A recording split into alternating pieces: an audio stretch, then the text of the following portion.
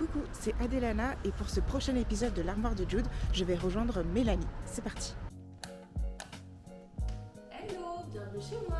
Moi c'est Mélanie, j'adore la mode et surtout j'ai hâte de découvrir quelles options éco-responsables on peut proposer. Quelles sont tes marques préférées? Alors, mes marques préférées sont des petits hauts, Pollen, j'achète beaucoup chez H&M. Comment tu te sens vis-à-vis de la mode éco-responsable aujourd'hui? Aujourd'hui, j'ai pas un gros rapport à la mode éco-responsable. En fait, je suis très intéressée par le sujet. Je suis plus ou moins consciente des choses, mais j'ai encore du mal à passer le cap. Pour plusieurs raisons, des raisons budgétaires, des raisons aussi de facilité, comme j'ai dit.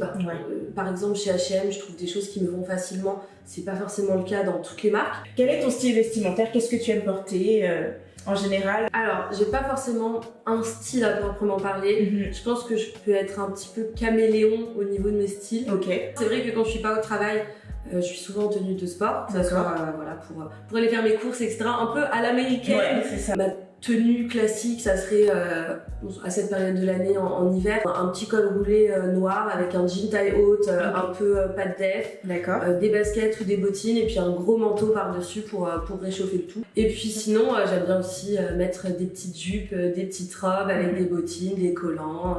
C'est parti pour trouver deux tenues éco-responsables se rapprochant au plus du style de Mélanie. Je me suis inspirée des 3 tenues qu'elle nous a montrées ainsi que des tenues que l'on peut voir sur son profil Instagram. Plus de points précis lui ont été demandés quant à ses préférences pour ses couleurs, style vestimentaire, notamment dans les formes des vêtements.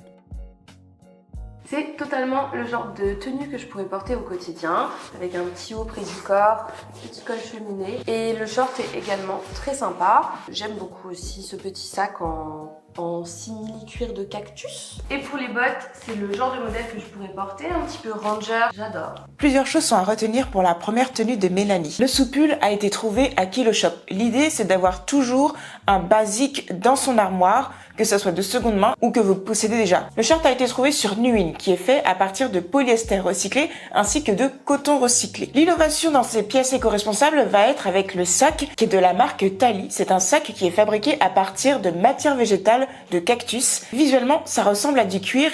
Elle peut tenir entre 10 et 30 ans si vous en prenez très soin. Les bottines sont de la marque Will's Vegan Store, qui est une marque anglaise. Et ces bottines particulièrement sont fabriquées à partir de déchets céréaliers mélangés à du polyéthérane.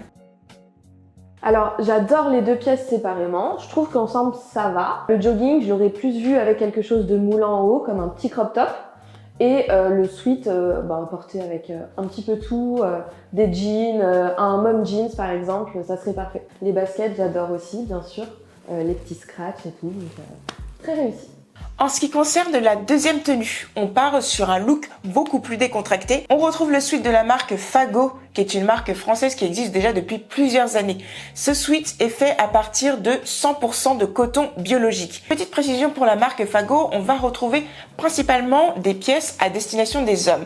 Néanmoins, les pièces comme les sweats ou les baskets sont généralement mixtes. On a également le jogging de la marque Afaya, qui est une toute jeune marque française. Le jogging est fait à partir de coton biologique. La marque Afaya fabrique principalement ses pièces au Portugal. On retrouve à nouveau la marque Fago pour les baskets, qui sont faits à partir de cuir upcyclé. 3 choses à retenir pour ces deux tenues. Dans un premier temps, toujours privilégier des pièces fortes et des pièces basiques pour pouvoir les garder le plus longtemps possible dans un garde-robe. Privilégiez la seconde main en vous rendant dans des boutiques telles que des friperies qui proposent plusieurs variétés de pièces à l'état neuf ou en très bon état. Dans les accessoires, il existe aujourd'hui énormément d'alternatives au cuir. Bien que le cuir reste une matière très durable, si vous souhaitez en acheter, soit vous vous dirigez vers des pièces vintage ou dans des alternatives telles que la matière végétale de cactus. Bien évidemment, ce n'est pas 100% du faux cuir, c'est des matières qui sont mélangées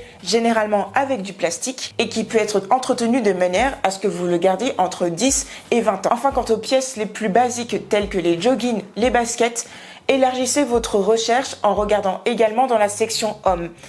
Merci de t'être prêté au jeu de cette transformation de garde-robe.